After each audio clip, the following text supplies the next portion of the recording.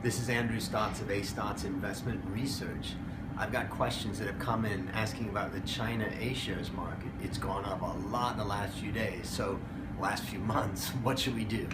I've got 4 charts I'm going to show you to see what I've seen, to give you some idea what to do. Let's look at the first chart. Right here you're going to see this is the index, the Chinese A-shares index, rebased to 100. In the boom, many years ago it went up to 600, came back down, and we can see within about 12 months it's back to that peak. Now, that's a problem, because in many markets around the world it takes 20 or 30 years to cut back to the prior peak. So that's gone extremely fast. Now let's look at valuation, PE. What we can see here is that the PE of the Chinese market has gone from nothing, about 12 times, up to 26 times. And that's way above the US, which many people think the US is a bit expensive. So on PE, I would say that the Chinese market is getting expensive. Let's look at price to book just to double check. Price to book, what we can see is it's gone from about little bit less than 2 times out to 3.5. There's the US at 2.8.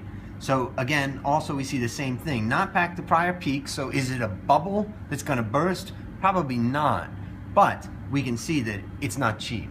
So PE, so we can see the market's up very high, PE's very high, and price to book's high. All that wouldn't be a problem if you think that earnings are going to grow quickly or returns are really strong. So I want to look at ROE to see what's the return on equity of the Chinese market, and let's see. And here we see the yellow line of the Chinese market return on equity falling to about 10%. The US is about falling a bit, but flat at about 16%. So what we can see is a fast rising market, PEs and price to book rising really quickly and very high. And we see deteriorating ROE. So the only way that you could really be bullish on buying China right now is if you thought there was an acceleration in earnings and that ROE was going to take off and go back up.